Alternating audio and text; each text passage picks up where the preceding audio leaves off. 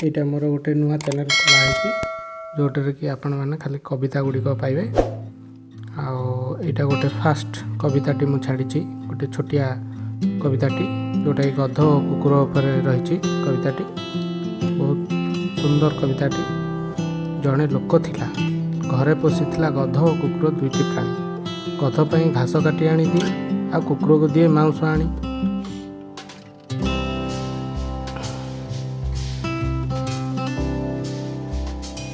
आराम रे घरे कुकुरटी रहे बोझ बोही गध बुहाए लुह।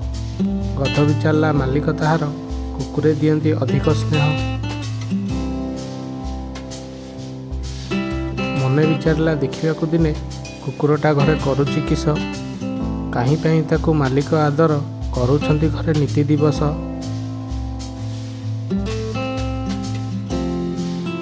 देखिला कुकुर अगणा रे बुले मालिक आसिले हलाई लांज। आग गोड़ दुई कांधे रखिदे मुह को चाटई करे मौज।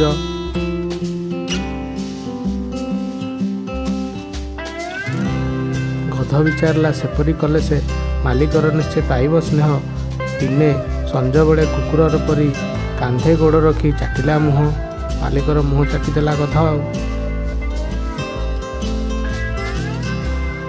मालिक सेठू मालिक ताहार रागी गाई गोटे दौड़ी रे देले खुटरे बांधी।